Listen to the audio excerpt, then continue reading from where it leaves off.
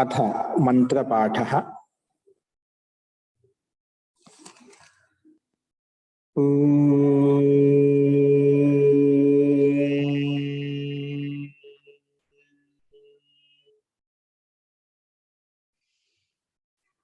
सहनाववतु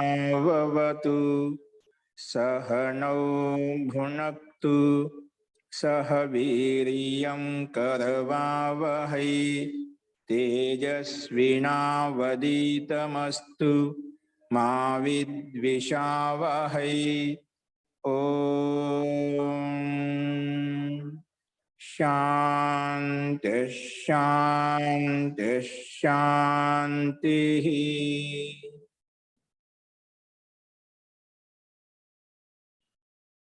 सर्वेभ्यो नमः। अंदरिकी नमस्कारम अंडी। ఈ రోజు సాంఖ్య దర్శనానికి 7వ కక్ష.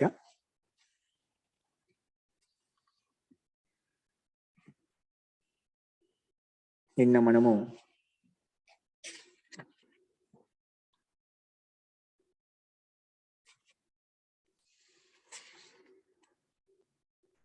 మొదటి అధ్యాయానికి 1 నుంచి 10 సూత్రాల వరకు మొత్తం చెప్పుకున్నాము. అందులో నిన్న ముఖ్యంగా 8, 9, 10, 11 ఈ సూత్రాలు చూశాము. ఇక్కడ ఏం చెప్పామంటే పూర్వపక్షి యోగాంగ అనుష్ఠాన ద్వారా మోక్షం కలుగుతుంది అనే సిద్ధాంతి యొక్క మతాన్ని పూర్వపక్షి అవిశేషశ్చ ఉభయోః యజ్ఞాది క్రియాకలాపాల ద్వారా కూడా దుఃఖ నివృత్తి ఏ విధంగా కలుగుతుందో అలాగే యమ నియమాల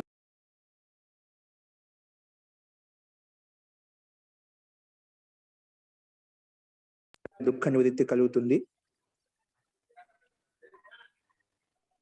కాబట్టి నువ్వు చెప్తున్న యమ నియమాల యొక్క ఉపదేశం అనేది దాని ద్వారా మోక్షం వస్తుంది అనేది అది యుక్తి సంగతం కాదని చెప్పి పూర్వపక్షి చెప్పాడు. దానికి భిన్న భిన్న రకాలుగా సిద్ధాంతి దానికి సమానం చెప్పారు. అందులో ఎందుకంటే శక్యమైన దానికి ఉపదేశం ఉంటుంది, అశక్యమైన దానికి ఉపదేశం ఉండదని చెప్పి చూసాము. అందులో నిన్న సిద్ధాంతి పూర్వపక్షి యొక్క ఒక హేతుకి దానికి సమానం చెప్పామట. శుక్లపటవత్ బీజవత్ చ ఇతి అని చెప్పి పూర్వపక్షి ఒక హేతు ప్రస్తావించారు. శుక్లపటవత్ బీజవత్ చ ఇతి అని చెప్పి, ఎందుకంటే స్వభావస్య అనపాయిత్వాత్ అననుష్ఠాన లక్షణం అప్రామాణ్యం. స్వాభావికంగా బద్ధమైనటువంటి జీవాత్మకు ఎప్పుడు నష్టం కాదు, నాశనం కాదు. కాబట్టి స్వాభావికంగా బద్ధమైనటువంటి బంధనం అనేది అనుష్ఠాన లక్షణం అయితే మోక్షోపదేశం అనుష్ఠానానికి అయితే విధి విధానం చెప్పామో అవన్నీ అప్రామాణికం అయిపోతాయని చెప్పి దానికి సిద్ధాంతి సమానం చెప్పారు. తర్వాత అసఖ్యోపదేశ విధి ఉపదిష్టేపి అనుపదేశ అని చెప్పి దానికి హేతు సమాధానం చెప్పాము. అలా చెప్పిన తర్వాత కూడా పూర్వపక్షి ఏం చెప్పంటే శుక్లపటవత్ బీజవత్ చేత్, లేదండి స్వభావానికి కూడా తొలగిపోతుంది. ఎలాగంటే శ్వేత వస్త్రముకు వేరే రంగు ద్వారా అది శ్వేత వస్త్రము స్వాభావికం తొలగిపోయి వేరే అన్య రంగు రక్తవర్ణం వస్తుంది. అలాగే బీజం కూడా బీజ రూపంలో ఉన్నప్పుడు, విత్తన రూపంలో ఉన్నప్పుడు దాని స్వభావం తొలగిపోయి ఆ మొలక వస్తుంది. కాబట్టి ఇది ఇక్కడ స్వభావం తొలగిపోయింది కాబట్టి అది అంకురోత్పాదన జరిగింది. అలాగే శ్వేతత్వం తొలగిపోయి రక్తవర్ణం వచ్చేసింది అని హేతు ప్రస్తావించాడు పూర్వపక్షి. దానికి సమాధానంగా శక్తి ఉద్భవాత్ అనుద్భవాభ్యాం న అసఖ్యోపదేశ. శక్తి ఉద్భవాత్ అనుద్భవాభ్యాం, ఇక్కడ శక్తిక ఉద్భవము అనుద్భవము శక్తి యొక్క ప్రదర్శనం ఇక్కడ ఉంది. శక్తి ఉత్పన్నమవుతుంది, శక్తి అనుత్పన్న స్థితి మాత్రమే కనిపిస్తుంది. వాస్తవంగా అది స్వాభావికం కాదు, దాని యొక్క వాస్తవిక స్వరూపం, అది వాస్తవిక స్వాభావికం. ఆ శక్తి ఉంది కాబట్టే శ్వేతత్వానికి అన్య వేరే వర్ణత్వం రావడానికి ఆ శక్తి యోగ్యత ఉంది కాబట్టి దాన్ని శ్వేతత్వం అని చెప్పాము. అలాగే విత్తనం కూడా, విత్తనానికి ఆ శక్తి సామర్థ్యం ఉంది, మొలకెత్తే శక్తి సామర్థ్యం ఉంది కాబట్టి దాన్ని విత్తనం అని చెప్పాము. కాబట్టి అది స్వాభావికము. అది తొలగిపోవడం లేదు, దాని యొక్క శక్తి ఉద్భవం అయిపోయింది, అనుద్భవం అయిపోయింది, అంతవరకు తీసుకోవాలి. కానీ అది స్వభావం అని చెప్పి స్వభావం తొలగిపోయి వేరే స్వభావం వచ్చిందని కాదు ఇక్కడ. కాబట్టి ఇది దాని యొక్క ఆ విత్తనం యొక్క స్వభావం, అది రంజింపజేసుకునే శక్తి సామర్థ్యం ఆ స్వీకృతంలో ఉంది. కాబట్టి ఎందుకంటే మనం అన్ని రంగులు అన్ని పదార్థాలకు వేయలేం, అన్ని అంటుకోవండి. అలాగే విత్తనం కూడా విత్తన స్వరూపంలో ఉంది కాబట్టి దాని యొక్క స్వభావం మొలకెత్తింది, అంతవరకు తీసుకోవాలి. అది వాస్తవికంగా శక్తి యొక్క ఉద్భవం అనుద్భవం కలుగుతుంది అని చెప్పి సిద్ధాంతి ఇక్కడ ప్రస్తావించాలండి. ఈ రకంగా సమాధానం చెప్పారు. కాబట్టి స్వాభావికంగా స్వభావం తొలగిపోతుంది అనే సిద్ధాంతం పూర్వపక్షిది, యుక్తి సంగతం కాదు. ఎందుకంటే ఇక్కడ నా అసఖ్యోపదేశ, ఎందుకంటే అది శక్యం కాదు. అందుకే బంధస్తు జీవాత్మ నా స్వాభావిక కింటూ నిమిత్తతో అస్తి. కాబట్టి ఈ బంధనం అది నిమిత్త కారణంగానే ఏర్పడుతుంది. ఆ నిమిత్తము మనం తొలగించుకోవచ్చు. ఆ తొలగించుకోవడం కోసం ఈ మోక్షోపదేశ విధానం అనేది మనకు శాస్త్రాలు చెప్పబడ్డాయి అని ఋషి మహర్షుడు మనం చెప్తున్నారు, వేదం చెప్తుంది. కాబట్టి స్వాభావిక నైమిత్తికంగా బద్ధ పురుషుడికే ఈ మోక్షోపదేశం అనేది మనకు చెప్పబడింది. ఇది యుక్తి సంగతమైందని చెప్పి ఈ సిద్ధాంతి ఆ పూర్వపక్షి యొక్క విషయాన్ని ఖండించండి. అస్తు, ఇంతవరకు చెప్పుకున్నాం. ఇందులో ఎవరికైనా సందేహం చెప్పండి.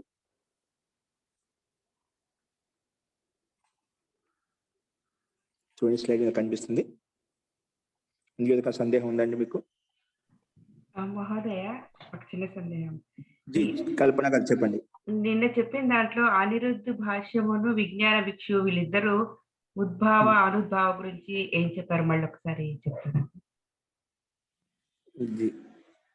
చూసుకోండి. సో ఇక్కడ మనకు నీకు ఒకటి సంఖ్యత చూపి ఇక్కడ చూడండి, అండర్లైన్ చేశాను నేను.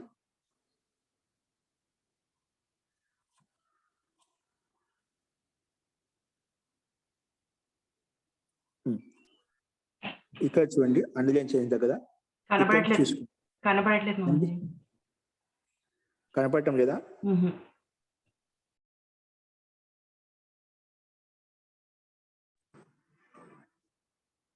ఇప్పుడు అండర్లైన్ గీసిన కనిపించిందా? అగీత కనిపిస్తుందా రక్తవర్ణంలో? కాలయోగతే అనేది కనిపించింది. అత్ర ఇక్కడ చూడండి, నా ఇప్పుడు అసఖ్యోపదేశ నా పైన ఉందా? గీత గీసిన దాని పైన ఉందా? గీత గీసిన దాని పైన ఉందండి. అసఖ్యోపదేశ నా అక్కడ శాస్త్రే అసఖ్యోపదేశ నా భవతి. శాస్త్రంలో అసఖ్యానికి ఏదో శక్యంగా దానికి ఉపదేశం చెప్పబడదు. ఏదైతే శక్యం అవుతుందో వాటికే శాస్త్రం ఉపదేశిస్తున్నమాట. కాబట్టి బంధస్తు జీవాత్మన నా స్వాభావిక, అంటే జీవాత్మ యొక్క బంధం అది నా స్వాభావికం కాదు, కింటూ నిమిత్తతో అస్తి. ఏంటి? నిమిత్తతో అస్తి. కాబట్టి నిమిత్తతో బద్ధస్యేవ జీవాత్మన మోక్షోపదేశ నా అసఖ్య ఇది సిద్ధం.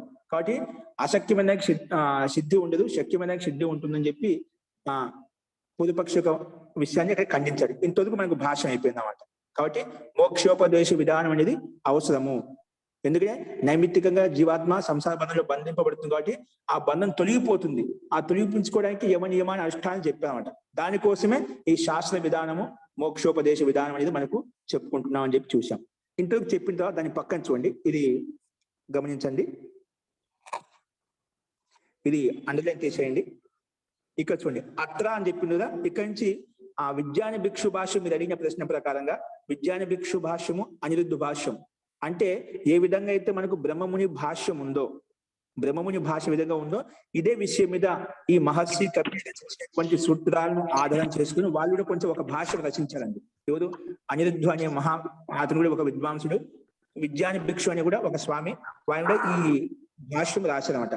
వాళ్ళు ఈ ఉద్భవ అనుద్భవ శబ్దానికి ఏం అర్థం ఇచ్చారంటే అది దానికి అనుద్భవ అనే శబ్దానికి తిరోభావము, అనుద్భవ అనే శబ్దానికి తిరోభావం అర్థం ఇచ్చాడు. అనుద్భవ అనే శబ్దానికి తిరోభావం, అది యుక్తి సంగతం కాదు. ఇంకొక అనిరుద్ధ భాషలో అభిభవము, అనుద్భవ అంటే బ్రహ్మముని భాషలో ఉత్పన్నం కానిది, ఉద్భవం అంటే ఉత్పన్నం కావడం, అనుద్భవం అంటే అనుత్పన్నం కావడం. కానీ అనిరుద్ధ భాషలో అనుద్భవం అంటే ఏమిటి? అభిభవం అణిచివేయబడింది.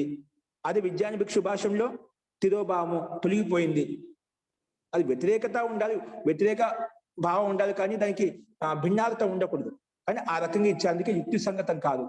దానికి ఇంకే రకంగా భాష ఇచ్చండి, ఇక్కడ అది ఇవ్వబడింది, అది ఒకసారి గమనించండి.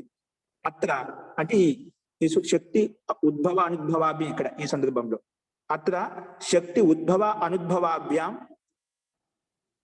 శక్తి ఉద్భవ అనుద్భవాభ్యాం ఉద్భవ అనుద్భవ శబ్దం ప్రయుక్తం. ఇక్కడ ఉద్భవము అనుద్భవము శబ్దం ప్రయోగించబడ్డాయి. ఏ ప్రయోగించబడ్డాయి? ఉద్భవ అంటే ప్రాదుర్భావం అని అర్థం. ఇక్కడ మన సూత్రంలో ఉద్భవ అనుద్భవ శబ్దాలు ప్రయోగించామట. అందులో ఉద్భవ అంటే ఏమిటి? బ్రహ్మముని భాష్యం ప్రకారంగా అతను ఏమర్థం చెప్పాడంటే ఉద్భవ అంటే ప్రాదుర్భావ అంటే ఉత్పన్నం కావడం. ఉద్భవం అంటే ప్రాదుర్భావం అయింది. దాన్ని ఇంకో రకం చెప్పాలంటే ఆవిర్భావం అయింది, అలా చెప్పుకోవచ్చు. అలాగే అనుద్భవ శబ్దం ఉంది, దానికి అర్థం చెప్తున్నాడు. అనుద్భవ అంటే ఆ ప్రాదుర్భావో లేదా అనావిర్భావో వా. అనుద్భవం అంటే ఆ ప్రాదుర్భావం అంటే ఉత్పన్నం కానిది, లేదా అనావిర్భావ ఉత్పన్నం కానిది. దాన్ని రెండు రకాలు చెప్పామంటే పర్యావరణ శబ్దాలు. అలాగే అర్థం ఉండాలి, ఈ రకంగా అర్థం ఉండాలి. ఆ ప్రాదుర్భావ అనావిర్భావ అని చెప్పి ఉండాలి.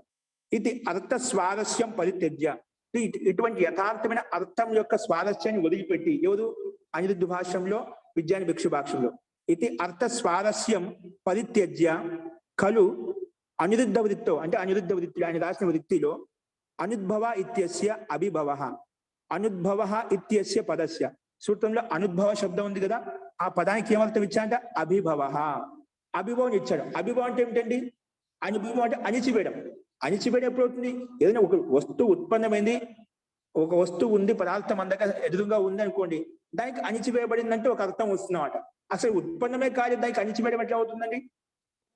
అభిభవం అంటే అది నష్టం చేయబడి, ఎలా నష్టం చేయబడి? అభిభవం అంటే నష్టం చేయడం వల్ల అణిచివేయడం ఏదని చెప్పుకోవచ్చు. ఆ ఉత్పన్నమైన దానికి నష్టం అవుతుంది చెప్పుకుంటే బాగుంటుంది, కానీ ఇక్కడ అభిభవం ఇచ్చాడనమాట. కాబట్టి అది యుక్తి సంగతం కాదు. అదే విధంగా ఇదే అనుద్భవ శబ్దానికి విజ్ఞాన భిక్షు భాష్యం ఏం చెప్పారు?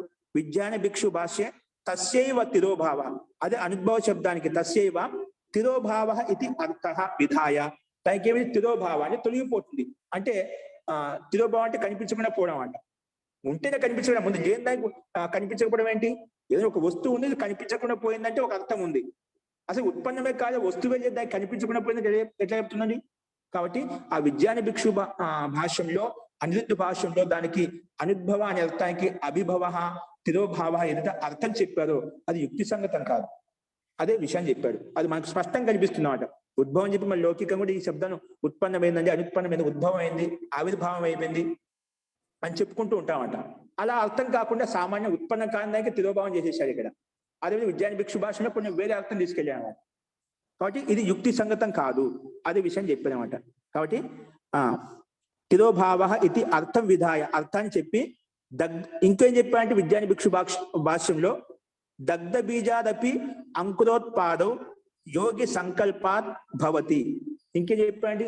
ఒక బీజాన్ని, ఒక విత్తనాన్ని దగ్ధం చేశాం అంటే పెండ మీద బాగా వేయించామండి, వేయించేసాం.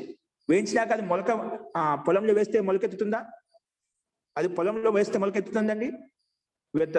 మొలకెత్తదన్నమాట. కానీ ఇక్కడ ఏమంటే విజ్ఞాన భిక్షులు ఏంటి, దగ్ధ బియ్యం భావం చేసిన తర్వాత కూడా యోగి సంకల్పాత్ భవతి, యోగి సంకల్పం చేస్తే మళ్ళీ ఉత్పన్నం అవుతుందంట.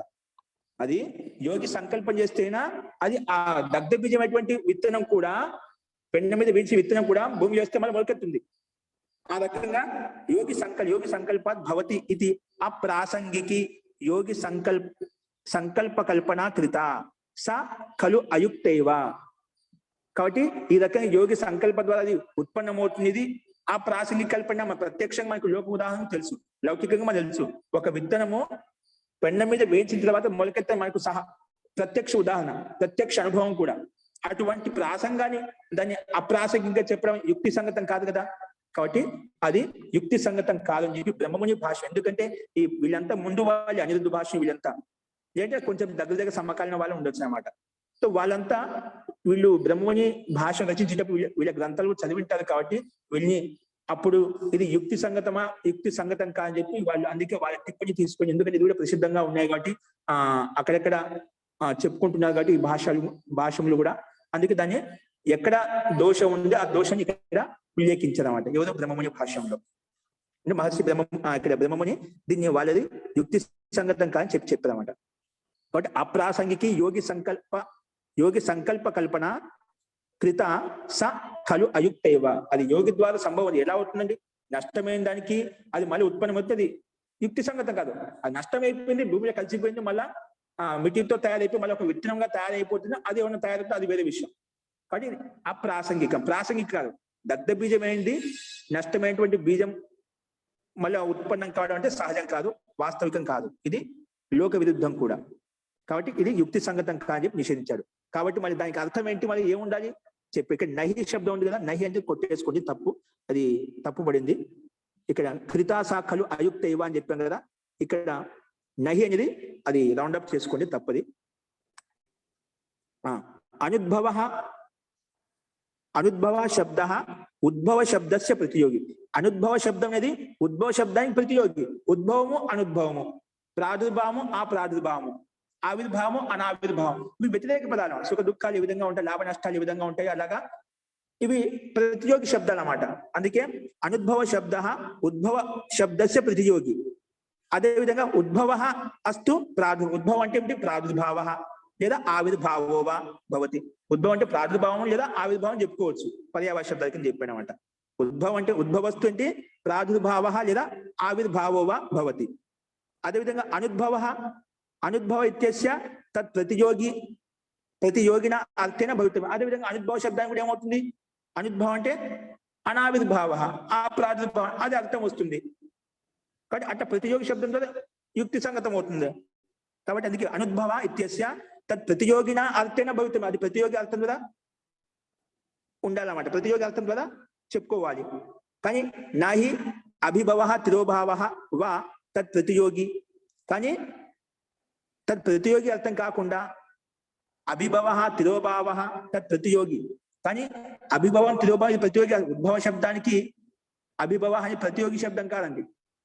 అదేవిధంగా అనుద్భవ శబ్దానికి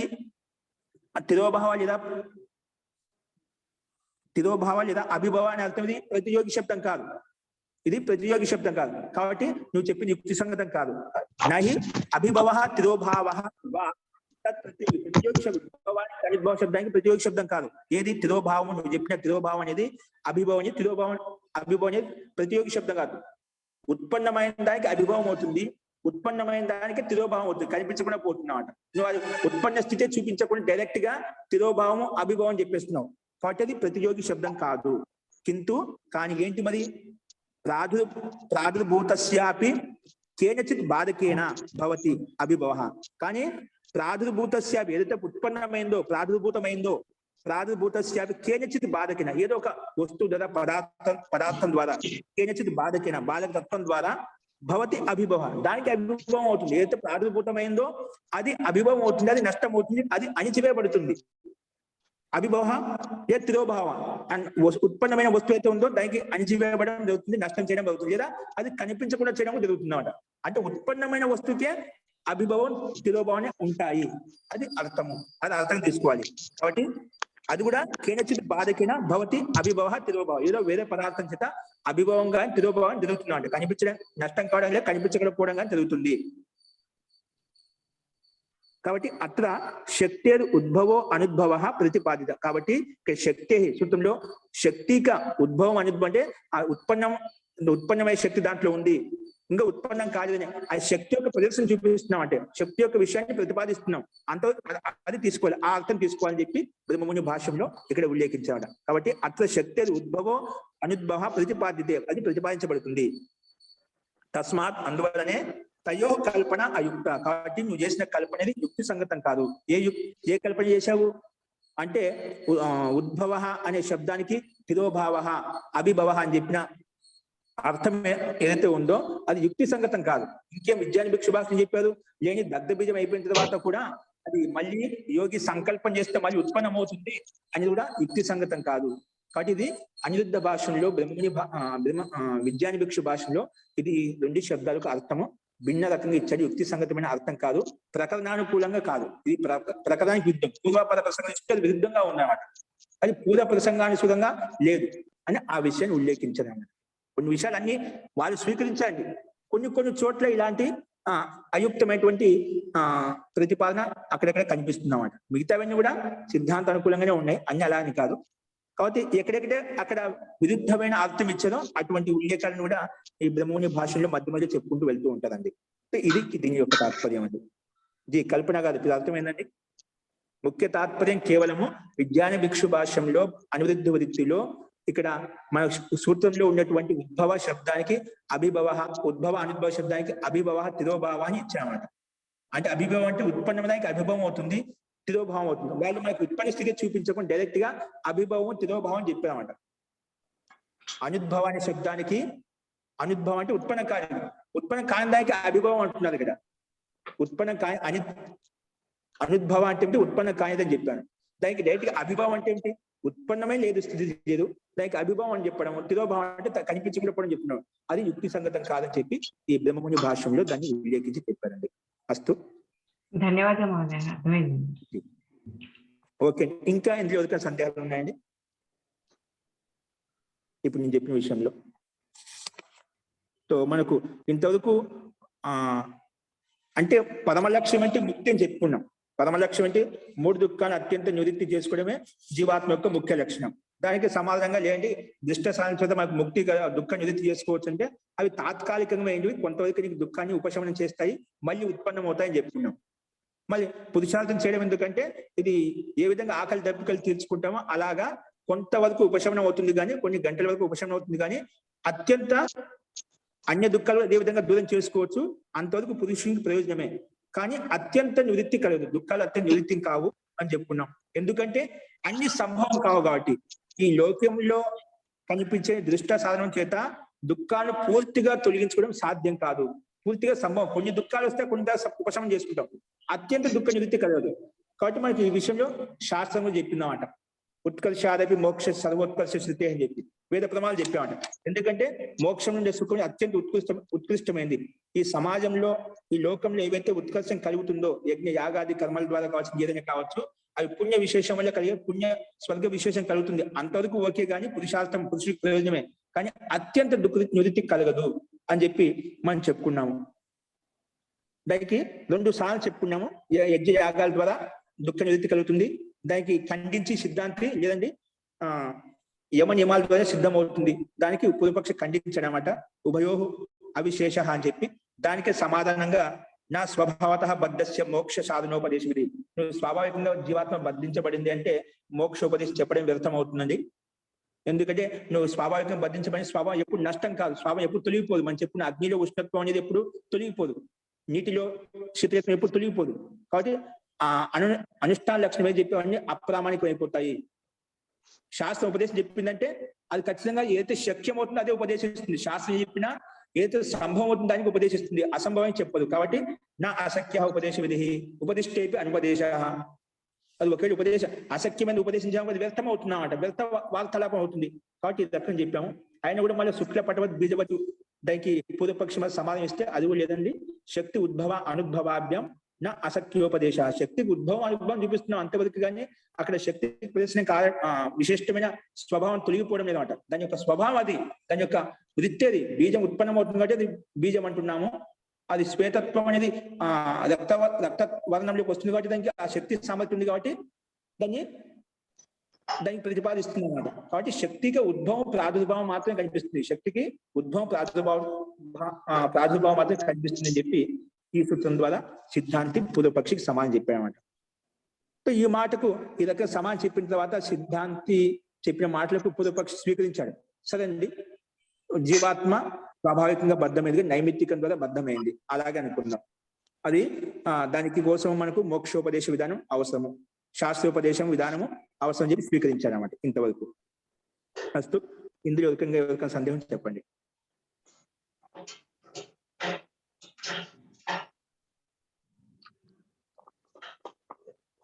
ఓకే, చూద్దామండి. నెక్స్ట్ చూద్దాం. ప్రకృతి మనుషురామ నెక్స్ట్ సూత్రం చూడండి, దానికి భూమిక చూడండి. అస్తు అని అస్తు అని చెప్తున్నా. సరే అండి, పూర్వపక్ష స్వీకరిస్తున్నా. అస్తు తరిహి నిమిత్తతో బద్ధస్య జీవాత్మన మోక్షోపదేశ. సరే, నువ్వు చెప్పాడు నిమిత్తంగా బంధించబడిన స్వాభావికంగా బంధింపబడింది జీవాత్మ, నిమిత్తం ద్వారా బంధింపబడింది, అందుకే మోక్షోపదేశం చెప్పింది కరెక్టే, వాస్తవమే, అది స్వీకరించబడింది. అస్తు తర్హి నిమిత్తతో బద్ధస్య జీవాత్మన మోక్షోపదేశ. అయితే నిమిత్తంగా బంధించబడిన జీవాత్మకు మోక్షోపదేశం కరెక్టే, అది స్వీకరిద్దాం. కానీ ఆ నిమిత్తంగా అంటే ఏ కారణం బంధింపబడింది, దానికి కారణం ఏంటి? నిమిత్తంగా బంధింపబడింది కాబట్టి మోక్షోపదేశం చెప్పుకుంటున్నాం. మళ్ళీ నిమిత్తంగా బంధింపబడి మోక్షోపదేశంలో కారణం ఏంటి? ఆ నైమిత్తికం ఏంటి? ఏ కారణం చేత సంసారం బంధిపడి నైమిత్తిక గుణాలు ఏంటి? అవి ఇప్పుడు ఒక్కొక్కటి చర్చించుకుంటూ వెళ్తామండి. అది బద్ధస్య జీవాత్మను బద్ధమైన జీవాత్మ మోక్షోపదేశం కరెక్టే, కాదండి. కానీ కస్మాత్ నిమిత్తాత్ ఖలు స బద్ధ అయితే, అది కస్మాత్ నిమిత్తాత్, ఏ నిమిత్తం చేత, ఏ నైమిత్తికం చేత సహ బద్ధ, ఆ జీవాత్మ ఎలా బంధింపబడింది, ఈ సంసార బంధంలో ఎలా వచ్చింది, దానికి కారణాలు ఏంటివి? సార్ అందుకే మోక్షోపదేశం బద్ధ జీవాత్మ కోసం ఈ మోక్ష శాస్త్రం ఉపదేశించబడింది, ఉపదేశాలు చెప్పబడ్డాయి, వేదాలు చెప్పబడ్డాయి, శాస్త్రాలు చెప్పబడ్డాయి, బానే ఉంది. కానీ ఏ కారణాలు అవి, ఏ నిమిత్తం చేత బంధింపబడింది సంసారంలో, దానికి కారణాలు చెప్తున్నాడు. అంటే జీవాత్మ సంసారంలో బంధింపబడడానికి కారణాలు ఏంటివి, ఏ కారణాలు ఇప్పుడు మనం కోర్టు చూద్దామండి. కస్మా నిమిత్తాత్ ఖలు స బద్ధ, ఏ నిమిత్తం చేత బంధింపబడింది, అవి యుక్తి ప్రయుక్తి మీమాంసతే, యుక్తి ప్రయుక్తి మీమాంసతే, యుక్తి ప్రయుక్తి పూర్వకంగా తర్క వితర్కం ద్వారా మీమాంసతే, అది విచారింపబడుతుంది, చర్చింపబడుతుంది, అది పరిశోధించబడుతుంది. ఏ కారణాల చేత జీవాత్మ బంధింపబడుతుంది సంసారంలో. అదే కదా మనకు జన్మ కలుగుతుంది ఏ కారణం చేత, జన్మ వచ్చిందంటే ఏదో కర్మ ఉందన్నమాట. జన్మ ఉంది అంటే మనకు సంసారంలోకి బంధంలోకి వస్తున్నామంటే ఏదో ఒక జన్మ కర్మ ఉంది అన్నమాట. పుణ్య పాప కర్మ అంటే జీవాత్మ బంధింపబడుతుంది. ఆ కారణాలు ఒక్కోటి మనం మీమాంసతే అంటే అది పరీక్షించుకుంటాం, మీమాంస చేస్తామంటే పరిశోధిస్తామంట, విచారిస్తామన్నమాట, అది చెప్పానమాట. యుక్తి ప్రయుక్తి మీమాంసతే, యుక్తి ప్రయుక్తి పూర్వకంగా తర్క వితర్క పూర్వకంగా మీమాంసతే పరిశోధిస్తాము. సా ఏష మీమాంస కతిపయై సూత్రై ప్రవర్తతే. ఆ మీమాంసని, ఆ పరిశోధన అనేది, ఆ పరీక్ష అనేది కతిపయై సూత్రై, చాలా సూత్రాలు చాలా ఉన్నాయండి ఇక్కడి నుంచి. అంటే ఇవన్నీ కారణాలు, జీవాత్మ ఏ కారణాల చేత సంసారంలో బంధింపబడుతుంది, అవి కతిపయై సూత్రై ప్రవర్తతే, చాలా సూత్రాలు ఉన్నాయంట. ఇక్కడి నుంచి మనకు మొదలుకొని 12వ సూత్రం నుంచి మొదలుకొని 53వ సూత్రం సమానం చెప్తా అండి సిద్ధాంతి. అంటే ఈ సంసారంలో బంధింపడే ఇది కారణమా, ఇది కాదు, ఇది కారణమా, ఇది కాదు, అన్ని చెప్పుకుని ఏది ముఖ్యమైన కారణం ఏంటి, సంసారంలో జీవాత్మ బంధింపబడటానికి ముఖ్య కారణం ఏంటి, అలాగే సమాజం చెప్పుకుంటే మనకు ఎక్కడ చెప్తాడు, దాదాపుగా ఒక 30 సూత్రాల దాకా ఉన్నాయి, 20 సూత్రాల దాకా ఉన్నాయన్నమాట, 20-30 సూత్రాల దాకా అక్కడ పోయి సమాజం చెప్తాను అనమాట. అంటే ఇన్ని కారణాలు మనకు అవన్నీ తెలిసిండే కారణాలు. కానీ ఏ రకంగా బంధింపబడుతుంది జీవాత్మకి, బంధనంలోకి రావడానికి కర్మలు, ఎటువంటి కర్మలు ఉంటాయి, అవి ఒక్కొక్కటి మనం చెప్పుకుంటూ వెళ్దామండి. ఒక్కొక్క సూత్రం ఒక్కొక్క భిన్నంగా ప్రయోగం చేస్తూ చూపిస్తూ వెళ్తున్నా అన్నమాట. కాబట్టి కతిపయై సూత్రై ప్రవర్తతే, భిన్న అనేక సూత్రాల ద్వారా అది మనం చెప్పుకుంటాము. తత్ర ప్రథమం కాల విషయం, అట్లా చాలా సూత్రాల ద్వారా మనకు ఇది కారణాలు చెప్పుకుంటూ వెళ్తాము. అందులో తత్ర ప్రథమం కాల విషయం ఏంటండి, అట్లా ప్రథమ విషయం చెప్పుకున్నాము. కారణం, ప్రథమ కారణం అంటే కాల విషయం, అంటే కాలం ఉంది కదా మనం చెప్తాం కదా, సమయం. అంటే ఏ కాల కారణంగా జీవాత్మ బంధింపబడిందా? సరే, మోక్షోపదేశం చెప్పింది, ఆ మోక్షోపదేశం ఎటువంటి బంధనానికి కారణం చెప్పింది, మోక్షోపదేశం ఏ కారణాలు చెప్తుంది, బంధించబడే కారణాలు అవి చెప్తుంది. మొట్టమొదటి కాల విషయం, తత్ర ప్రథమం కాల విషయే. ఏంటి కాల విషయం అనేది చూద్దాం. చూడండి సూత్రము,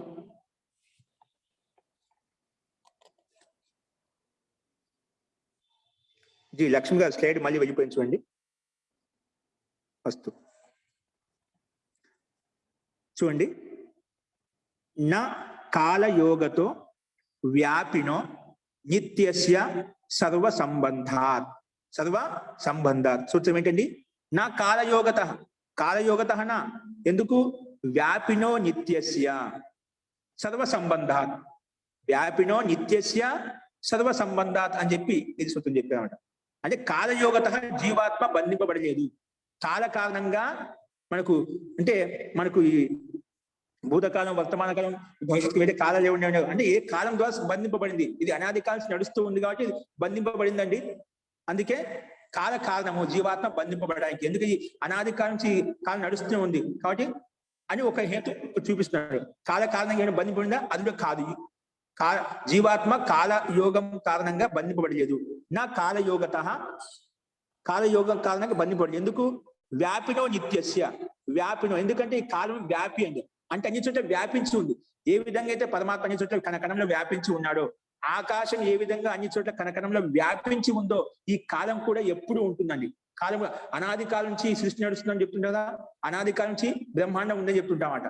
పరమాత్మ అనాది కాలం బతుకుంటాడు, అనాది కాలము అనంతం అని చెప్తుంటాడు. అంటే కాలశబ్దం అనాదితో యాడ్ అయింది కదా, అంటే ఇది ఎప్పుడు ఎల్లప్పుడూ ఉంటుంది. కాబట్టి నా ఎందుకంటే నైమిత్తికం తొలగిపోతుంది. ఇప్పుడు ఏ విధంగా చెప్పినాం, అగ్నిలో ఉష్ణత్వం కొంతకాలం తొలగిపోతుందో నైమిత్తికం తొలగిపోతుంది అన్నమాట.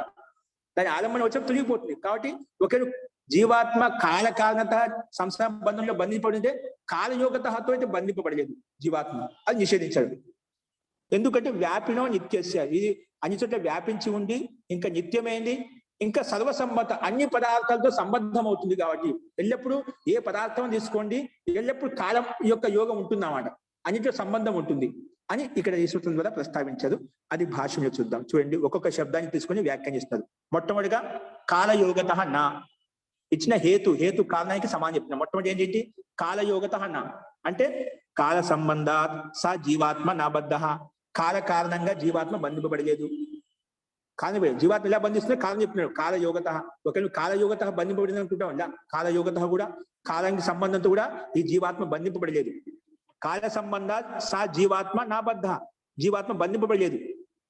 కాల నిమిత్తకో బంధో నా జీవాత్మ, కాబట్టే కాల నిమిత్తకో బంధ నా జీవాత్మన, కాల బంధనం ద్వారా జీవాత్మ బంధింపబడలేదు. అది విషయం చెప్పాడు.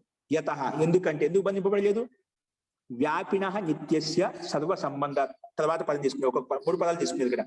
వ్యాపిన నిత్యస్య సర్వ సంబంధాత్, దాని అర్థం చూడండి. వ్యాపిన అంటే కాలస్తు వ్యాపి, కాలం అంటున్నావు కదా, కాలయోగత అని చెప్పి. కాలం ఏంటి, వ్యాపి అంటే అన్ని చోట్ల వ్యాపించి ఉంది, కణకణంలో వ్యాపించి ఉంది, అంటే అన్ని చోట్ల వ్యాపించి ఉంది.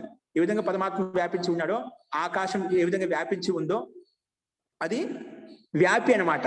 ఇంకేంటి, నిత్యశ్చ, ఇప్పుడు అన్ని చోట్ల వ్యాపించడం నిత్యంగా అట్లాగే ఉంటుందన్నమాట, శాశ్వతంగా ఉంటుందన్నమాట. ఏ విధంగా పరమాత్మ శాశ్వతంగా ఉంటాడో అలాగే పరమాత్మ ఇప్పుడు అలాగే శాశ్వతంగా ఉంటుందన్నమాట. కాబట్టి వ్యాపి నిత్యమైంది. ఇంకా సచ సర్వై సదా సంబద్ధ్యతే, ఇంకా సర్వ సంబంధాత అని చెప్పాం కదా, దానికి అర్థం చెప్తున్నాడు.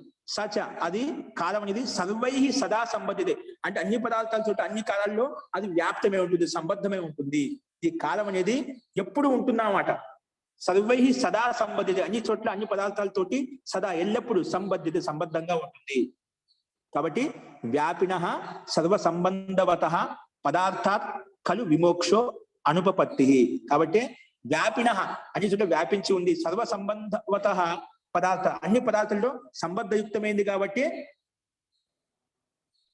ఖలు విమోక్షో అనుపపత్తి. విమోక్ష అనే అనుపపత్తి, దీంట్లో విమోక్షం ఇది ఉత్పత్తి కాదు, సంభవం కాదు. అంటే కాలం జీవాత్మ కాలంలో బంధింపబడింది అనేది అది ఉత్పత్తి సంభవం కాదు. కాబట్టి ఇటువంటి కథనం యుక్తి ఉత్పన్నం కాదు అని చెప్పి నిషేధించింది అన్నమాట. మరి తర్వాత నిత్యశ్చ సహా, ఎందుకంటే నిత్యమైంది అన్నమాట. దానికి ఇంకో రకంగా చెప్తున్నాడు వ్యాఖ్యానించి, నిత్యశ్చ సహా ఎందుకంటే నిత్యమైంది. నహి స నిత్యో యత్ కదాచిత్ తేన సహ సంబద్ధో భవతి కదాచిత్ నా ఇత్యపి నా, అంటే ఏదో నిత్యమైందో ఒకసారి ఆ పదార్థం సంబద్ధం అవుతుంది, ఒకసారి సంబద్ధం కాదని అలా ఉండదు అన్నమాట. ఏదో నిత్యమైందో ఎల్లప్పుడు అన్ని సమయాల్లో అన్ని సందర్భాల్లో పదార్థం యుక్తమై ఉంటుందన్నమాట, అన్ని సందర్భాల్లో యుక్తమై ఉంటుందన్నమాట. అందుకే నిత్యశ్చ సహ, ఎందుకు నిత్యమైంది ఆ కాలం అనేది. నిత్యశ్చ సహ అంటే కాలం నిత్యమైంది. నహి సో అనిత్యది అనిత్యం కాదది. ఎందుకు, యత్ కదాచిత్ తేన సహ సంబద్ధో భవతి, అది ఏదో ఒకసారి ఎప్పుడో ఆ వస్తువుతో సంబద్ధం అవుతుంది. కదాచిత్ నా ఇత్యపిన, ఒకసారి సంబద్ధం అవుతుంది పదార్థంతో, ఒకసారి సంబద్ధం కాదు. ఇత్యపిన ఇది కూడా కాదు. అంటే దీన్ని బట్టి ఏమర్థమవుతుంది, ఎల్లప్పుడూ ఈ కాలం అనేది ఎటువంటి పదార్థమైనా సదా సంబద్ధత, ఎల్లప్పుడూ సంబద్ధంగా ఉంటుంది. కాబట్టి నిష్కర్షం ఇచ్చాడు. దాన్ని నిర్ణయం ఏం చెప్పాడంటే తస్మాత్, అందువల్లనే కాల నిమిత్తతో బద్ధో నా, కాల నిమిత్తతో బద్ధ నా, కాల నిమిత్తతో బద్ధ నా, అందుకే జీవాత్మ కాలానికి నిమిత్తంగా బంధింపబడలేదు. యతస్తతో ఇక్కడ తాం శబ్దం తీసేయండి, తాం శబ్దం ప్రింటింగ్ మిస్టేక్ పడింది. ఎందుకంటే తతో విమోక్షో అనుపతి, విముక్తి అనేది సంభవం కాదు కాబట్టి, అది ఎప్పుడు తొలగిపోదు కాబట్టి. విమోక్షో అనుపపత్తే అని చెప్పి ఇది ఉత్పన్నం కాదు. అంటే జీవాత్మ కాలంతో బంధింపబడలేదు. కాబట్టి ఇది కారణం కాదు అని కాలంతో యుక్తమైంది అనే ప్రశ్న వేస్తే కాలం ద్వారా బంధింపబడలేదు. అందుకే కాల నిమిత్తతో బద్ధ నా కాల నిమిత్తం ద్వారా బంధింపబడలేదు అని చెప్పి నిషేధం. తత విమోక్షం అని విమోక్షం అనేది ఉత్పత్తి కాదు, సంభవం కాదు అని చెప్పి ఈ హేతు ప్రస్తావించారు. అలాగే నెక్స్ట్ చూడండి, సరే కాలంతో బంధింపబడలేదు, లేదా స్థాన విషయంలో బంధింపబడుతుంది చూద్దాం. దేశ విషయం చూడండి, నెక్స్ట్ ఇచ్చాడు, నెక్స్ట్ స్లైడ్ మార్చండి. దేశ విషయం, సరే కాలంతో జీవాత్మ బంధింపబడలేదు. ఎందుకు? కాలం ఎల్లప్పుడూ ఉంటుంది అంటున్నావు, నిత్యమైంది అంటున్నావు. అందుకే కాలం ఎల్లప్పుడూ ఉన్నాకో జీవాత్మ ఎల్లప్పుడు ఉండదు కదా, ముక్తి కూడా వెళ్ళిపోతుంది. కానీ స్వభావం కాదు, నైమిత్తికం. నైమిత్తికం తొలగిపోతుంది. కానీ కాలం ద్వారా బంధింపబడినా కాలం ద్వారా బంధింపబడలేదు. సరే చూడండి, నెక్స్ట్ చూడండి, దేశ విషయే. దేశ విషయే ఇక్కడ చూడండి, రెండో హేతు ఏమి ఇచ్చాడు ఇక్కడ? సరే కాలం ద్వారా జీవాత్మ బంధింపబడలేదు, మళ్ళీ ఏదైనా దేశ విషయంతో బంధింపబడుతుందేమో అని దానికి సమాజం చెప్తాను. నా దేశ యోగతోపి అస్మాత్, దేశం ద్వారా, దేశం అంటే ఆకాశం, ఆకాశం స్థానం ఏం చెప్పుకోవచ్చు. నా దేశ యోగతోపి అస్మాత్, నా దేశ యోగతోప్యస్మాత్, సంధి చేసినప్పుడు కలిపి చెప్పినప్పుడు ఇలా ఉంటుంది. నా దేశ యోగతోప్యస్మాత్, నా దేశ యోగతోప్యస్మాత్, విడగొట్టుకున్నాం ఒకటి. నా దేశ యోగత అపి అస్మాత్, ఇదే సూత్రమే. నా దేశ యోగతోప్యస్మాత్, నా దేశ యోగత అపి అస్మాత్ అంటే దేశ యోగం ద్వారా కూడా జీవాత్మ బంధింపబడలేదు. ఎందుకు? అస్మాత్ ముందు చెప్పిన హేతు కారణంగానే. అపి అస్మాత్ ఇది ముందు చెప్పినా కదా, వ్యాపి. వ్యాపి నిత్య, నిత్య రెండు కారణాలు చెప్పామంట. అది అన్ని చోట్ల, ఈ కాలం అన్ని చోట్ల వ్యాపించి ఉంటుంది, ఇంకా నిత్యమైంది అని చెప్పాం, ఎల్లప్పుడూ ఉంటుంది. అందుకే ఆ కారణం చేత బంధింపబడలేదు. అలాగే దేశం కూడా అదే. దేశం అని చెప్పి ఆకాశం, ఆకాశానికి సమానం. ఆకాశం విధంగా వ్యాపించి ఉంటుందో, ఆకాశాన్ని మనం ఆ స్థానం దాటి ఎక్కడికి వెళ్ళగలుగుతామా?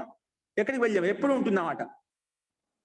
సర్వత్ర వ్యాపి, అది అన్ని చోట్ల వ్యాపించదు, అంత విశాలమైంది అనమాట. ఈ విధంగా పరమాత్మ విశాలమైనటువంటి వాడు ఆ రకంగా.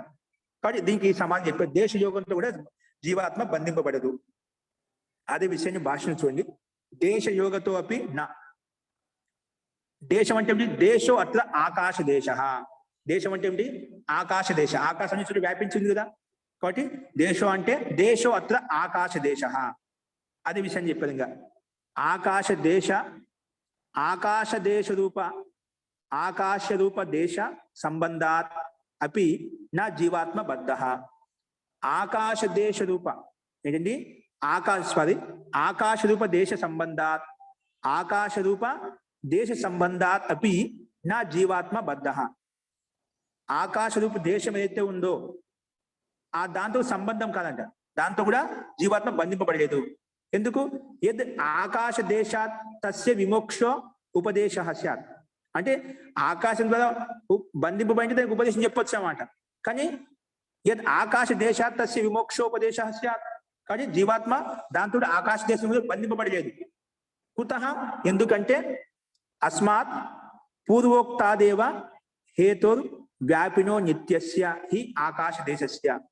పూర్వోక్తాదేవ, పూర్వోక్తాది అంటే పూర్వోక్తం ఏం చెప్పామంటే పూర్వసూత్రంలో వ్యాపి నిత్యశ్చ అని చెప్పాం కదా, అది అన్ని చోట్ల వ్యాపించి ఉంది. అలాగే అట్లా దేశ శబ్దం ఏం చెప్పిన ఆకాశం, ఆకాశం అన్ని చోట్ల వ్యాపించి ఉందిదా, అది నిత్యంగా ఉంటుంది కదా. కాబట్టి దేశ కారణంగా, ఆకాశ కారణంగా కూడా ఇది జీవాత్మ బంధింపబడలేదు. అదే విషయం చెప్పాడు. పూర్వోక్తాది హేతోదేవ, పూర్వంలో చెప్పిన హేతు కారణంగానే ఇక్కడ కూడా వ్యాపి హేతు వ్యాపినో నిత్యస్య హి ఆకాశ దేశస్య. పూర్వోక్తాదేవ హేతోర్ వ్యాపినో నిత్యస్య, వ్యాపి అది అన్ని చోట్ల వ్యాపించి ఉంది, నిత్యస్య నిత్యమైంది. కాబట్టి ఆకాశ దేశస్య అలా వ్యాపించి ఉంది కాబట్టి మనకు దేశంతో కూడా అంటే ఆకాశంతో కూడా ఈ జీవాత్మ బంధింపబడలేదు.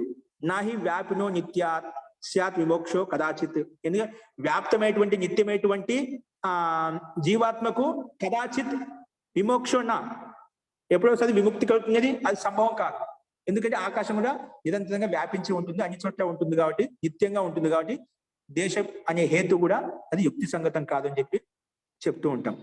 ఈ విషయంలో ఒక విషయం చెప్తానండి. మనం చాలా మంది కాశీకి వెళ్తేనా అది వివాదంగా అనుకోవద్దండి. అది నేను ఒక విషయం చెప్తున్నాను, మనకు సూత్రం వచ్చింది కాబట్టి దాన్ని వివాదంగా అనుకోవద్దు. ఇప్పుడు చాలా మంది కాశీలోకి వెళ్తేనా అక్కడ దేహత్యాగం చేస్తే ముక్తికి వెళ్ళిపోతాం, మోక్షానికి వెళ్ళిపోతాం. ఇక్కడ చెప్తున్నాడు నాకు అదే విముక్తి కలగదు. ఇక్కడ విమోక్ష కదాచిత్ జీవాత్మన భవతి అని చెప్పిన, బద్ధ భవతి అని చెప్తున్నా, సంసార బంధంలో బంధింపబడుతుందని చెప్తున్నాడు. అది కారణం కాదు. అంటే అక్కడికి వెళ్ళి శరీరం త్యాగం చేస్తేనే ముక్తికి వెళ్ళిపోతా అని చెప్పి. అంటే నా దేశ యోగతో హపి అస్మా, దేశ యోగంతో ఇక్కడ స్థాన విశేషం కదా ముక్తి కలగదండి. ఇక్కడ స్థాన విశేషం కదా నువ్వు చేసే కర్మల ద్వారా ముక్తి కలుగుతుంది, కానీ స్థాన విశేషంలోకి వెళ్ళి నేను అక్కడ పోయి శరీరం గంగాలో గంగా నదిలో ఆడ వెళ్ళి నేను ఇది చేస్తే దేహత్యాగం చేస్తే ముక్తి మిగులుతున్నది, అది సంభవం కాదు, అది యుక్తి సంగతం కాదు. ఓకేనా? కాబట్టి కేవలం మనం చేసే కర్మలను బట్టి ఆ దగ్ధబీజం భావ ద్వారా మన కర్మను నాశనం చేసినప్పుడు ముక్తి కలుగుతుంది, కానీ అది ఒక ప్రథ అయితే ఏర్పడింది. చాలా మంది వెళ్తుంటారు అనమాట. చాలా మంది తీసుకుపోయి ఇక్కడ ఉన్న వ్యక్తిని కూడా, బాగున్న వ్యక్తిని తీసుకెళ్ళి చాలా మంది చూసినాను. ఇప్పుడు బాగున్న వ్యక్తి అంటే అంతిమ వస్తువు నడుస్తున్నాను అనుకోండి, వెంటిలేటర్లు పెట్టుకొని అక్కడ ప్రాణం పోతే, కాస్ట్లీ ప్రాణం పోతే ముక్తికి వెళ్ళిపోతా అని చెప్తుంటామాట. జీవితంలో చేసిన ధార్మిక అనుష్ఠాన పుణ్యకర్మ కళాపాలు ఏవైతే అన్ని నిష్కామకర్మ చేసిందో అప్పుడు ముక్తి కలుగుతుంది, కానీ స్థాన విశేషంలో వెళ్ళి నువ్వు దేహత్యాగం చేస్తే ముక్తి కలగదు. కాబట్టి ఇక్కడ మనకు సూత్రం చెప్తుంది కాబట్టి నా దేశయోగతోపి అస్మా, దేశయోగం ద్వారా సంసార బంధంలో జీవాత్మ బంధింపబడదు. అదిగో కాబట్టి విముక్తి కూడా కలగడానికి చేసిన కర్మను బట్టి కలుగుతుందని చెప్పి మనం అర్థం చేసుకోవాలి. అస్తు. ఈ రకంగా ఈ సూత్రం అని చెప్పిన దేశయోగంతో కూడా సంబంధం ఉండదని చెప్పి ఈ సూత్రం చెప్తుంది. అలాగే చూడండి నెక్స్ట్ అవస్థా విషయం. సరే, మరి దేశంతో కాలంతో జీవాత్మ బంధింపబడలేదు, అదేవిధంగా దేశంతో జీవాత్మ బంధింపబడలేదు. మళ్ళీ అవస్థా విషయంతో బంధింపబడుతున్నాము. శరీర కారణంగా జీవాత్మ సంసార బంధంలో బంధింపబడింది. శరీరం ఏదో కర్మ చేస్తుంది కదా, శరీరం ఏదో కర్మ చేస్తుంది, దాని కారణంగా చేత జీవాత్మ బంధింపబడుతుంది. ఏమైనా అలాగా అంటామో అది కూడా కాదు. చూడండి అవస్థా విషయం. నా అవస్థాతో అంటే అవస్థా కారణంగా కూడా జీవాత్మ సంసారంలో బంధింపబడదు. ఎందుకు? దేహ ధర్మత్వా తస్యాహ, దేహ ధర్మత్వా తస్యా. ఈ శరీరంలో ఏవైతే మార్పులు జరుగుతున్నాయో, బాల్యావస్థ, వృద్ధావస్థ, ప్రౌఢావస్థ, ఇవన్నీ ఏవైతే అవస్థలు ఉన్నాయో ఇవన్నీ కూడా దేహం యొక్క ధర్మాలు. కాబట్టి ఈ జీవాత్మ బంధింపబడింది ఈ దేహ కారణంగా చెప్తాము, దేహం కూడా కారణం కాదు, అవస్థ కూడా కారణం కాదు, అవస్థ పరిణామం కూడా కారణం కాదు అని ఈ సూత్రం చెప్తున్నామాట. నా అవస్థతో దేహ ధర్మత్వా తస్యాహ జీవాత్మన. ఓకేనా? దేహ ధర్మత్వాత చూడండి అవస్థాతో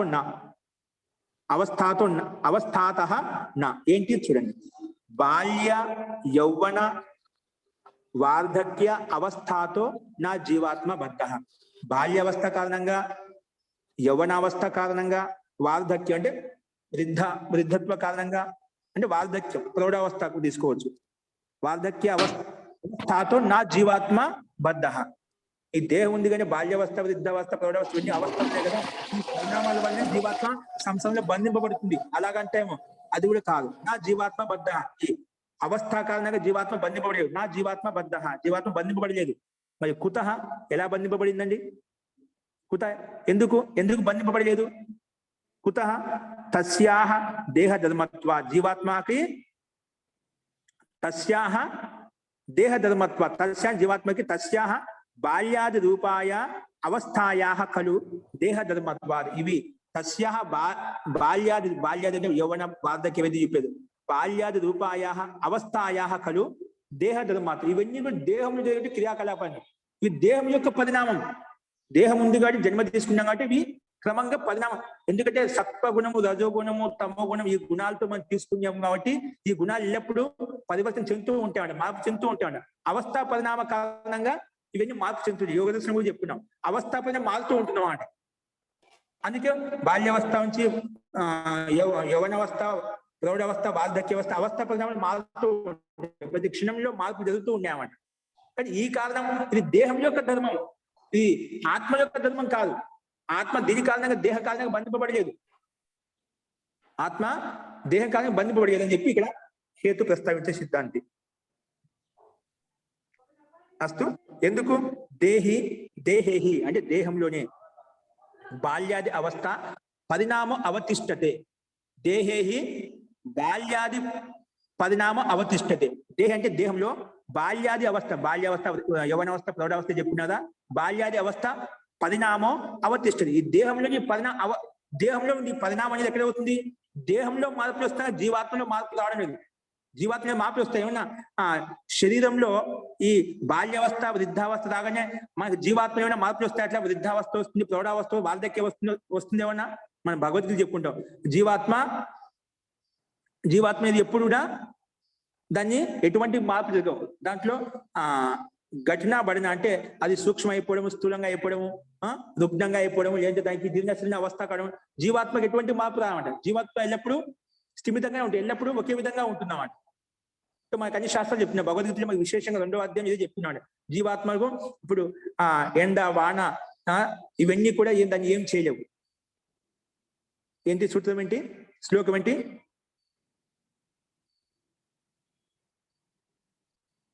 భగవద్గీత శ్లోకం ఉంది,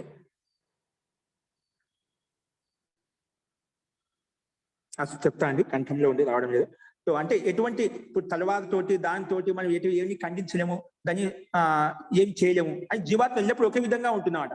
కాబట్టి ఈ శరీరంలో జరిగే మార్పులు జీవాత్మలో దాంట్లో ఘటన బడిన అంటే తగ్గడం కానీ ఎక్కడం కానీ దాంట్లో మార్పు రావడం జీవాత్మలు ఎప్పుడు రాదు, ఒకే స్థితిలో ఉంటుంది, ఎప్పుడు ఒకే విధంగా ఉంటుంది అనమాట. కాబట్టి దేహేహి బాల్యాది అవస్థ పరిణామ అవతిష్టతే. బాల్య పరిణామ అవస్థ అనేది మనకు దేహంలో కనిపిస్తుంది. కాబట్టి దేహశ్చ ప్రాప్యతే, చూడండి, దేహశ్చ ప్రాప్యతే బంధానంతరం. ఇది ముఖ్యమైన బిందు గమనించాల్సింది. దేహశ్చ ప్రాప్యతే బంధానంతరం. ఈ దేహం ఎప్పుడు ప్రాప్తం అవుతుంది? ముందు జీవాత్మ బంధింపబడిన తర్వాత దేహం వస్తుందన్నమాట. జీవాత్మ చేసిన పుణ్య పాప కర్మను బట్టి బంధనం కలిగినప్పుడు అప్పుడు దేహం వస్తుంది. అంటే జీవాత్మ ముందు బంధింపబడుతుంది, అప్పుడు శరీరం ఇస్తాడు పరమాత్మ. ఏ కుటుంబం చేసిన పాప పుణ్య కర్మలను బట్టి ఏ కుటుంబంలోకి పంపించాలి, పాప పుణ్యం పోతే ఉత్తమ కుటుంబం, మధ్యమ కుటుంబం, లేదంటే సామాన్య కుటుంబంలోకి పంపించాలా. నువ్వు చేసే పాప పుణ్యరూప కర్మను బట్టి ఆ కుటుంబ వ్యవస్థ నిర్ధారించబడుతుంది. అంటే ముందు ఆ బంధనం ఏర్పడిన తర్వాత శరీరం వచ్చిందన్నమాట. కాబట్టి ఇక్కడ దేహశ్చ ప్రాప్యతే బంధాంతం. జీవాత్మ బంధనం ఏర్పడినప్పుడు అప్పుడు దేహాన్ని ప్రాప్తమవుతుంది. కాబట్టి దేహశ్చ ప్రాప్యతే బంధనానంతరం, బంధనం తర్వాతనే ఈ శరీరం వస్తుంది. తస్మాత్, అందువల్లే తథాకృత్వాపి మోక్షోపదేశో అనవసర. కాబట్టి ఈ తథాకృత్వాపి మోక్షోపదేశో అనవసర, మోక్షోపదేశం అనేది అవసరం కాదు. అంటే జీవాత్మ అవస్థాసేబి బంధ్ హే అనేది కాదు. ఇక్కడ జీవాత్మ అవస్థా కారణంగా, శరీరం యొక్క అవస్థా కారణంగా బంధింపబడలేదు. కాబట్టి మోక్షోపదేశ అనవసర. ఇక మోక్ష ఉపదేశం ఇది అవసరమే లేదన్నమాట. మోక్ష దేశానికి చెప్పడానికి అవసరమే లేదు ఇక్కడ అని చెప్పి తథాకృత్వాపి మోక్షోపదేశో అనవసర. ఇక్కడ అనవసరం అన్నమాట చెప్పడం. జీవాత్మ అవస్థా కారణంగా బంధింపబడుతుంది చెప్పడం కూడా వ్యర్థమే. కాబట్టి ఇది కూడా జీవాత్మ అనేది అవస్థా కారణంగా కూడా బంధింపబడదు అని చెప్పి మనకు ఈ సూత్రం చెప్తుంది. కాబట్టి జీవాత్మ కాలం ద్వారా బంధింపబడదు, దేశం ద్వారా బంధింపబడదు, అవస్థ శరీరంలో జరిగే మార్పుల ద్వారా కూడా బంధింపబడదు అని చెప్పి మనకి ఈ సూత్రాలు చెప్పాయి. జీ చెప్పండి శోభనాథ్ గారు. నైనం చిందంతి శస్త్రాన్ని అనే నైనం చిందంతి శస్త్రాన్ని నైనం దహతి పావక. ఆ సూత్రం ప్రకారం, శ్లోకం ప్రకారంగా నచైనం క్లేదయంత్యాపః, నచైనం క్లేదయంత్యాపః నశోషయతి మారుతః, నశోషయతి మారుతః. ఎండ దాటలు మారుత అంటే గాలి, అవి కూడా దాన్ని ఆరబెట్టలేవు అన్నమాట, చిందించలేవు, భేదించలేవు. శస్త్రాలు కూడా దాన్ని భేదింపలేవు, నష్టం చేయలేవు. కాబట్టి ఆత్మ ఎల్లప్పుడు ఒకే రూపంలో ఉంటున్నమాట. శరీరంలో మార్పులు ఇవన్నీ జరిగే బాల్యావస్థ వృద్ధావస్థ శరీరంలో జరిగే మార్పులు. అందుకే దేహ ఏవ అవతిష్టతే అని చెప్పారు అన్నమాట. నైనం చిందంతి శస్త్రాన్ని మనకు ఇవన్నీ భగవద్గీతలో, అదే కాకుండా చాలా శాస్త్రాలు చెప్తున్నాయి. ఆత్మ ఎటువంటి మార్పులు జరగవు, ఇవన్నీ శరీరంలో జరిగే మార్పులు అని చెప్పి మనం చూస్తున్నామండి. జీ ఓకే, ఉత్తమం అండి శోభనాథ్ గారు. సో జీవాత్మ ఎల్లప్పుడూ ఒకే విధంగా ఉంటుంది, దాంట్లో ఎటువంటి మార్పు రావు. అందుకే అవస్థా పరిణామత కారణం కూడా జీవాత్మ బంధింపబడదు. బంధనం ఎప్పుడు వస్తుంది? బంధనం ముందు దేహశ్చ బంధనాంతరం భవతి. ఇది చేసిన బంధనం వచ్చిన తర్వాత అప్పుడు దేహం ప్రాప్తం అవుతున్నాడు, అంతకన్నా ముందు ప్రాప్తం కాదు అని మనకు ఈ సూత్రం ద్వారా స్పష్టంగా అర్థమవుతుంది. ఓకే, ఇంకా చూడండి. నా పునశ్చ, మళ్ళీ ఇంకేం చెప్తాం, ఏది చెప్తున్నాం, అసంగోయం పురుష ఇది. ఏంటది? అసంగోయం పురుష ఇది. ఏంటి అసంగ అంటే అంటే మిల్త అంటే జీవాత్మతోటి అంటే ఈ శరీరంతో జీవాత్మ కలిసిపోదండి. ఎందుకంటే అది ఎప్పుడు వేరుగా ఉంటుంది. జీవాత్మ ఈ శరీరం అనేది బుద్ధి అహంకారం మొత్తం ప్రకృతి జన్యమైన ప్రకృతి పంచభూతిక శరీరం కాబట్టి ఎప్పుడు వేరుగానే ఉంటుంది. కాబట్టి ఇది దేహం సాధనంగా ఉపయోగపడుతుంది, అంతవరకు ఓకే. కానీ అసంగ ఎప్పుడు దాంతో కలిసిమెలిసిపోదు, దేహంతో కలిసిమెలిసిపోదు, ప్రకృతితో కలిసిమెలిసి అది కలవలేదు, విడిగానే ఉంటుంది, అసంగంగా ఉంటుంది, కలవదు, దాంతో మిశ్రితం కాదు. అది విషయం చెప్పామట. అంటే దేహంతో భిన్నంగానే ఉంటుంది. ఈ ఆత్మ అనేది జీవాత్మ ఇది దేహంతో భిన్నంగానే ఉంటుంది. అసంగ పురుష అది విషయం చెప్పారు. చూడండి, అయం పురుష అసంగ, ఈ పురుష జీవాత్మ ఇది ఎప్పుడు భిన్నంగానే ఉంటుంది, దాంట్లో యుక్తం కాదు. అసంగోయం పురుష అసంగ అయం పురుష, అయం పురుష అసంగ ఎప్పుడు సంగతి యుక్తంగా ఉండేవాడు, దాంట్లో కలిసిమెలిసిపోదు, భిన్నంగానే ఉంటున్నామట. అదే విషయం చెప్పారు. చూడండి, అయం పురుష అసంగ ఇది అయం ఖలు దేహాత్ భిన్న ఆత్మ. ఈ దేహాత్ ఈ శరీరం చేత భిన్నమైంది ఆత్మ. ఈ ఆత్మ ఇక్కడ పురుష శబ్దం అంటే మనం జీవాత్మ యొక్క ప్రసంగం, పురుష శబ్దానికి జీవాత్మ ఉంది, పరమాత్మ ఉంది, అర్థాలు వస్తాయి. ఇక్కడ ప్రసంగానుసారంగా పురుష శబ్దంతో జీవాత్మ తీసుకుంటామండి, ఎందుకంటే స్పష్టంగా ఉంది. అయం ఖలు దేహాత్ భిన్న ఆత్మ. అయం ఖలు ఈ జీవాత్మ అనేది దేహాత్ భిన్న, ఈ శరీరంతో భిన్నమైంది ఆత్మ. దేహాత్ భిన్న ఆత్మ అసంగ, ఇది అసంగంగా ఉండమట. అసంగ ఎందుకు? దేహ ధర్మాత్ అవస్థా పరిణామాత్ అసంసక్త. ఏంటండి? ఇది సంసక్తం కావట. అయం ఖలు దేహాత్ భిన్న ఆత్మ అసంగ, ఇది సంగతి యుక్తం కలవలేదన్నమాట. ఎందుకు? దేహ ధర్మాత్ అవస్థా పరిమాణాత్ అసంసక్త, ఇది సంసక్తం కాదు, యుక్తం కాదు, దాంట్లో పూజ కలిసిపోదు అన్నమాట. ఇది హేతోశ్చ, ఈ కారణం చేత. ఎందుకంటే ఇప్పుడు మనం పైన చెప్పుకున్నాం, బాల్య యవ్వన వార్ధక్య అవస్థ కారణంగా అవన్నీ శరీరం జరిగే మార్పులు, జీవాత్మ ఎటువంటి మార్పులు జరగవు అని చెప్పి చెప్పుకున్నామట. కాబట్టి ఇవన్నీ దేహం జరిగే మార్పులు, అందుకే అసంగతి యుక్తంగా ఉంటుంది, యుక్తమై ఉండదు అన్నమాట. ఇది హేతోష్టి, ఈ కారణం చేత. తథాచ, ఇది కేవలం ఇదే చెప్పిన మనకు శాస్త్రంలో ప్రమాణం చెప్పాడు. బృహదారణ్యకోపనిషత్తులో ఒక ప్రమాణం చూపిస్తున్నారు ఇక్కడ. తథాచ, అలాగే అసంగోహి అయం పురుష, ఇది బృహదారణ్యకోపనిషత్తులో చెప్పాడు. అసంగోహి అయం పురుష, ఈ పురుష జీవాత్మ ఎప్పుడు అసంగ, దేహంతో ఎల్లప్పుడు భిన్నంగానే ఉంటుంది, ఎప్పుడు కలిసిమెలిసి ఉండదు. అసంగ ఇది సాక్షాత్ స్థితితో పట్టిది. ఇది సాక్షాత్ స్థితిలో మన వేదంలో సాక్షాత్ చెప్పబడింది అన్నమాట. జీవాత్మ ఎల్లప్పుడూ దేహంతో భిన్నంగా ఉంటుంది. అందుకే ఆ భిన్నత్వం ఇప్పుడు ఎందుకంటే అజ్ఞాన అవిద్య అంధకారం ఉంది కాబట్టి ఇదంతా శరీరం అంతా కూడా ఆత్మ కింద భావిస్తున్నాం అండి. ఇది భిన్నమైనది, స్పష్టంగా మనకు చెప్తుంది. సాక్షాత్ స్థితితో పట్టితే అసంగోయి అయం పురుష, ఈ జీవాత్మ ఎప్పుడు దేహం కంటే ఎప్పుడు భిన్నంగానే ఉంటుంది. ఎప్పుడు ఉండో కొంతమంది మనసే జీవాత్మ చెప్పి, బుద్ధి జీవాత్మ చెప్పి, రకరకాల ప్రాణమే జీవాత్మ చెప్పి రకరకాలు చెప్తుంటారు. ఇవన్నీ కూడా ప్రకృతితో ఉత్పన్నమైనటువంటి పదార్థాలు. ఈ ప్రకృతితో శరీరం నష్టమైనప్పుడు ప్రకృతితో కూడా అంతమైపోతాయి. ఆ కర్మలు మాత్రం, సంస్కారాలు మాత్రం మనలో ఉంటాయి. అది విషయంగా తర్వాత కూడా వస్తుంది ఆ విషయము. కాబట్టి మనకు ఇక్కడ ప్రామాణికంగా ఏం చెప్పాడు బృహదార ఉపనిషత్తులో? అసంగోహి అయం పురుష, ఈ జీవాత్మ అనేది ఎల్లప్పుడు, పురుష జీవాత్మ అనేది ఎల్లప్పుడు దేహంతో భిన్నంగానే ఉంటుంది. కాబట్టి ఇది సాక్షాత్ స్థితిలో కూడా చెప్పబడింది. కాబట్టి జీవాత్మ దేహంతో కూడా భిన్నమైంది. కాబట్టి దేహ కారణంగాను జీవాత్మ బంధింపబడింది అంటావా? అది కూడా యుక్తి సంగతం కాదు అని చెప్పి మనకు ఈ సూత్రం ద్వారా కూడా స్పష్టమవుతుంది. కాబట్టి స్పష్టంగా ఉంది. కాబట్టి ఇది పూర్వపక్షి చెప్పిన నిమిత్తతో బద్ధసే జీవాత్మ మోక్షోపదేశం, నిమిత్తంగా ఉత్పన్నమైనటువంటి బద్ధ జీవాత్మకు మోక్షోపదేశం కరెక్టే. కానీ ఏ నిమిత్తం ద్వారా, సంసార బంధం ఏ నిమిత్తం కారణంగా జీవాత్మ బంధింపబడింది అంటే కారణాలు చెప్పుకున్నాం. కాల నిమిత్తంగా జీవాత్మ బంధింపబడలేదు, దేశ నిమిత్తంగా జీవాత్మ బంధింపబడలేదు, అదేవిధంగా అవస్థ కారణంగా జీవాత్మ బంధింపబడలేదు, అదేవిధంగా ఇంకా ఈ దేహంతో భిన్నంగా ఉంటుంది ఎల్లప్పుడు. కానీ దేహం కూడా కారణం కాదు జీవాత్మ బంధింపబడడానికి, సంసార బంధంలో బంధింపబడడానికి అని చెప్పి ఈ రకాలుగా కొన్ని హేతులు ప్రస్తావించారు. కాబట్టి ఈ రకంగా నేను చెప్పారండి. ఇంకా కూడా చాలా ఉన్నాయి ఇక్కడ. అంటే రకరకాల ఏది జీవాత్మ ముఖ్య కారణం అని తీసుకెళ్తామండి. లాస్ట్ ఏవే వస్తాయి అవి చూద్దాం. అస్తు, ఇప్పుడు చెప్పిన దాంట్లో ఎవరికైనా సందేహం ఉందంగా? ఇప్పుడు చెప్పిన వాటిలో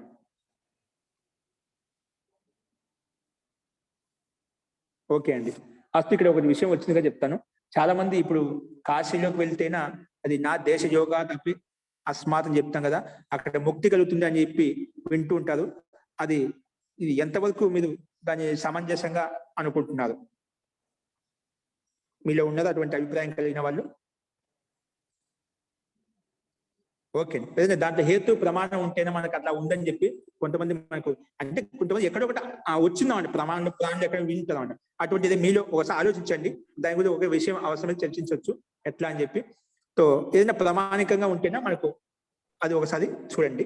సో ఈ విషయం గురించి వీలైతే రేపు చర్చిద్దండి. ఏంటి ముందుకెళ్తా అంటే మహోదయ భక్తి పెరగటం కోసమే అలా చెప్తున్నారేమోనని నా సందేహం. మాది ఇంకోటి ఏంటంటే అది చాలా పురాతనమైన పురాతనమైన పట్టణం కదండి. ఎందరో ఋషులు మునులు అందరూ గంగా నది ఒడ్డున, అంటే వేల సంవత్సరాల నుంచి ఆ పట్టణం ఉంది గనక ఇప్పుడు వాళ్ళు ధారపోసి కూడా ఉండుంటారు అక్కడ. ఋషులు మునులు వీళ్ళందరూ కూడా కాశీ విశ్వనాథుడు. సో చాలా మహత్యం ఉన్న పట్టణం. ఇప్పుడు ఒక చిన్న మామూలుగా మన దగ్గరలో ఉన్న గుడికి వెళ్తేనే మనకి ఎంత పాజిటివిటీ వస్తుందో, అటువంటి ప్రదేశంకి వెళ్తే తప్పనిసరిగా మన బుద్ధిలో చైతన్యం వస్తుంది. అందు గురించి ప్లస్ అది అక్కడ వాళ్ళు ధారపోసిన శక్తి అదంతా కూడా మనకి సంక్రమిస్తుంది. అందువల్ల అది వాస్తవము అయి ఉండొచ్చు అని అనుకుంటున్నానండి. ఓకే అండి, ఇది ఒకటి మీరు యుక్తిపూర్వకంగా మంచి సమానం చెప్పారు. అదే కూడా కారణం ఒకటి అదే ఉంటుంది. ఎందుకంటే ఋషి మహర్షులు సాధకులు పండితులు అక్కడ ఉంటేవారు అన్నమాట. అక్కడ కనీసం అంటే జ్ఞాన పరిశుద్ధి కలిగినప్పుడు ఏమవుతుందంటే అటువంటి భావన ఉత్పన్నమై కానీ వెళ్ళిపోతా ఉన్నా భావన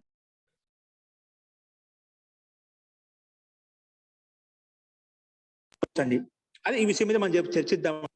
ఓకే, విషయం ఎందుకంటే ఇది సూక్ష్మమైంది, విశాలమైంది, చాలా మందికి చాలా భిన్న అనుభవాలు ఉంటాయి. ఒకవేళ వీలైతే రేపు చర్చిద్దామండి ఈ విషయం మీద. ఓకే గురుగారు నాకు ఒక చిన్న డౌట్. ప్రయోజ్యత అంటే ఏంటి సార్? యాక్చువల్గా అర్థం ఏంటండి? ఇప్పుడు మామూలుగా నేను దీని గురించి నాకు మామూలుగా అడుగుతున్నా. ప్రయోజ్యత అంటాం కదా, అసలు ప్రయోజ్యత అంటే సంస్కృతంలో అర్థం ఏంటి? ప్రయోజ్యత ప్రయోగిస్తాము.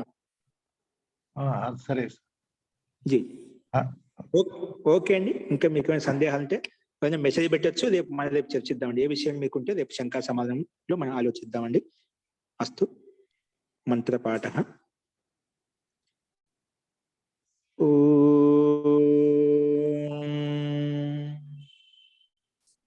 సర్వే భవంతు సుఖినః, సర్వే సంతు నిరామయాః, సర్వే భద్రాణి పశ్యంతు, మా కశ్చిద్ దుఃఖభాగ్ భవేత్. ఓం శాంతి శాంతి శాంతి. సర్వేభ్యో నమః. అందరికీ నమస్కారం అండి. ఈ విషయాల మీద రేపు మనకు ఉంటే దీని మీద రేపు చర్చిద్దామండి. ఖచ్చితంగా శంకా సమాధానంగా తీసుకున్నాం. ఈ బిందు ఏదైనా కానీ చెప్పొచ్చు మనకి. అస్తు. ధన్యవాదాలు. సర్వేభ్యో నమః. పునర్మిలామః. ధన్యవాదాలు.